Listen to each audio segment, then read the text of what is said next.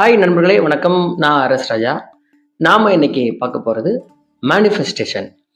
Manifest அப்படிங்கிற புத்தகத்திலிருந்து manifestation என்ன அப்படின்னு நம்ம இன்னைக்கு பார்க்கலாம்.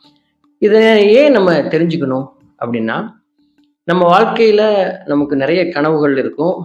அந்த கனவுகள நோக்கி நம்ம எல்லாருமே நிறைய முயற்சி பண்ணிட்டே இருப்போம். ஆனா, அந்த இலக்க நம்ம போய் அடையறதுக்கு பல பயங்கரமான தடைகள்லாம் இருக்கும். போய் ரீச் பண்ண முடியாது.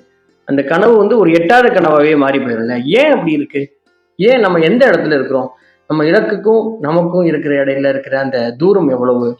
இந்த மாதிரி என்ன சிக்கல் இருக்கு நம்ம வாழ்க்கையில அப்படின்னு, இந்த புத்தகத்த படிக்கிறது மூலமா நமக்கு அவ்வளோ விஷயங்கள் புலப்படுது.